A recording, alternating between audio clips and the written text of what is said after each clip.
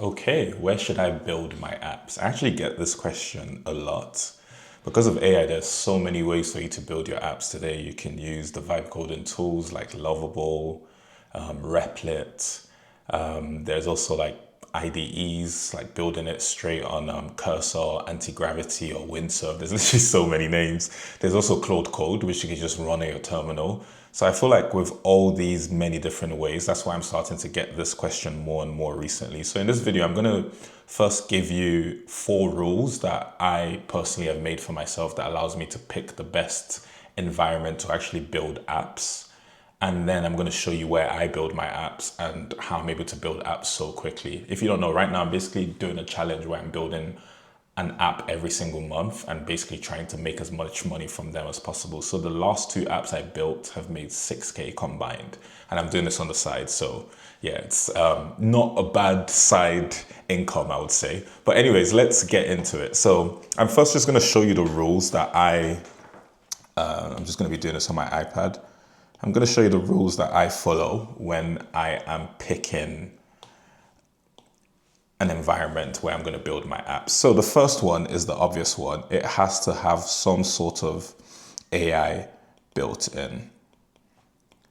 I mean, with the like crazy power of AI, if you know how to code, I mean, it literally turns you into a superhero that can basically build apps within hours. If you don't know how to code, it's also literally the best time ever for you to be able to actually like have an idea and be able to build and bring that idea to life without having to hire anyone. So whatever tool you use, number one, it 100% has to have AI implemented into it. Number two is that you have to be able to build different, sorry, my writing is horrible, types, no, different type of apps. The reason I say this is, let's take a tool like Lovable. Lovable is really good, I would say, if you wanted to build a landing page, like just something that's static, that isn't really connected to any data. It's really good for that. But the moment you want to build a web app or mobile app, I mean, web app might be possible with Lovable, but if you wanted to build a mobile app, it's literally impossible. So I always think, what's the point of learning an environment if you're not going to be able to do anything with it? Today, I might have a web app idea. Tomorrow, I might have a mobile app idea. So whatever you end up using, I think it should be able to do both those things, or any sort of idea. If you have a Chrome extension, if you have a desktop app, you want to be able to build anything inside that environment. So I'll say that's a huge requirement for me. Number 3 is that you have to be able to edit the code yourself. This is huge, especially if you know how to code. AI is, I would say, 90% accurate right now, but as someone that uses it every single day, I could tell you it 100% makes mistakes. And sometimes the mistakes are laughable, especially when you understand what it's doing. So if you're building your application in an environment like Replit or Lovable, any of these vibe coding tools, when it eventually makes mistakes, because you can't actually easily edit it yourself, except you connect it to GitHub and then connect it to another environment, it essentially means you end up just like prompting away. You just spend hours just trying to get it to fix its own problem. And what I find is, once AI makes a mistake, if you try to get it to fix that mistake, it actually puts it into an infinite loop where it starts creating even more errors. So I think it's important to pick an environment where you can literally see the code that is being written. If you don't know how to code, you can actually ask the AI, hey, can you just like roughly explain this code to me, so you can go in there and fix it yourself. So I think that's huge. Like, don't build an environment where you can't easily edit the code yourself. And I would say the final thing, or final rule, is that it has to have plugins. This is a huge one. Once you start building apps and web apps, you start realizing how important it is to have plugins. So for example, if you're building a mobile app, you want Swift plugins, so you can, or if you're building with iOS, I guess, or if you're with Flutter, you want Flutter plugins to make your environment actually fit the type of tools that you're using. Having a plugin marketplace is just amazing, because anything you can think of, someone else has probably already thought about that and they've built it, and now it's now going to be effortless for you to fix the problem yourself basically by using the plugin. So these are all my rules, and based on these rules you already know why I don't like using vibe coding tools to build my apps, because yes, they have AI, but you can't build different apps in them. You can kind of edit the code yourself, but it's not like an amazing environment for editing the code yourself, and they do not have plugins.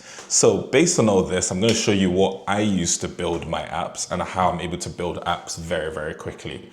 So I use Cursor. I know there's Google Anti-Gravity, and the reason I've picked Cursor over Anti-Gravity, firstly, I've been using Cursor since it came out. Anti-Gravity is quite new, and I think with these things, it's better to like use something that's already been established for a longer time, because it usually means they've worked on more features and it feels less clunky. I also used Windsurf for a while, but yeah, Cursor is 100% by far the best tool to use, and they've just been working on it so long, so it's just a lot better. The reason I don't use Claude Code right now, sometimes I do use Claude Code. So if you look at Cursor, this is what I was saying about plugins actually. My Cursor actually has Claude Code built in. So I can actually just use Claude Code directly in here. But right now I'm not really doing that except when I'm like running out of credits. So I'm just going to quickly show you how my Cursor works. I'm just going to open the Cursor chat. So I have the chat open. The good thing about Cursor is that it literally has almost every single model you can imagine. So you can basically use any AI model you want. Whereas when you use other tools like Replit or Lovable, they usually, I guess, fix the model behind the scenes. So you don't actually have control of what you're using, which makes it super expensive, because there are some things that you don't want to use a really expensive model for. And there are some things that you do want to use expensive models for. So what I like to do is I basically change the model I'm using based on the task that I am working on. So this is it. I have my chat here. I have my code right here. I can easily open any code and just see exactly what it is. I can easily change it, obviously, because this is actually an editor.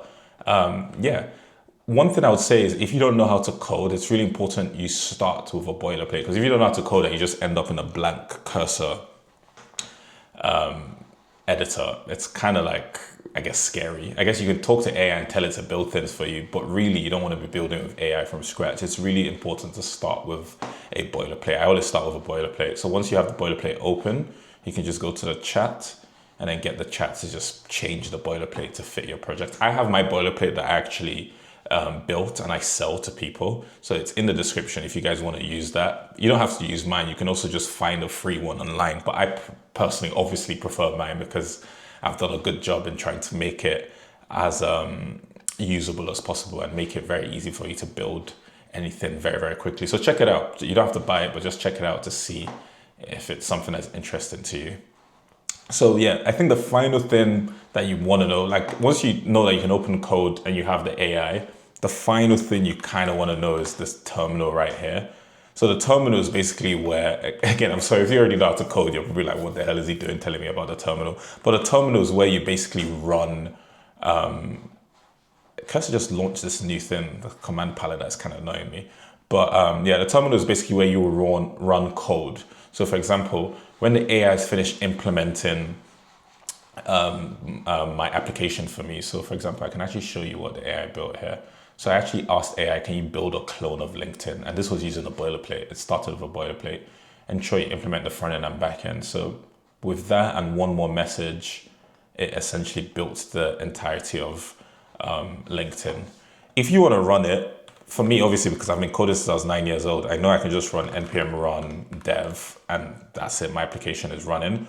But another cool thing about Cursor, because AI is so built into this, you can actually do Command I and it comes up with this instruction right here that allows you to ask AI for what the command is. So I can say command to run this project. I should have said next. Yeah, you see, it's giving me npm run dev and now I can run it. And once it's running, you have your application right here. If I go /feed, this is where you can see the LinkedIn clone right here. And this is a fully working LinkedIn clone without profile pages, but you can actually post. So I can post right here. You can like stuff. You can respond to the comments. And this is all built with the boilerplate. Yeah, apart from npm run dev, that's usually all I ever have to run.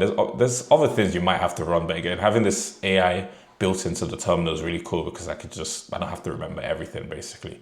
Yeah, I'll say that's a high level overview of Cursor.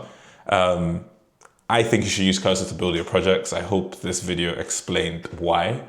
And from my experience talking to friends that didn't know how to code, that have tried to build their apps on Replit and other vibe coding tools, eventually once they move over to Cursor, they make way more progress than they've ever made before, especially when they're starting with a boilerplate. So yeah, I'm going to be making more videos like this. Subscribe if you enjoyed it and comment what you're building, and I'll respond to you and let you know how I would build it.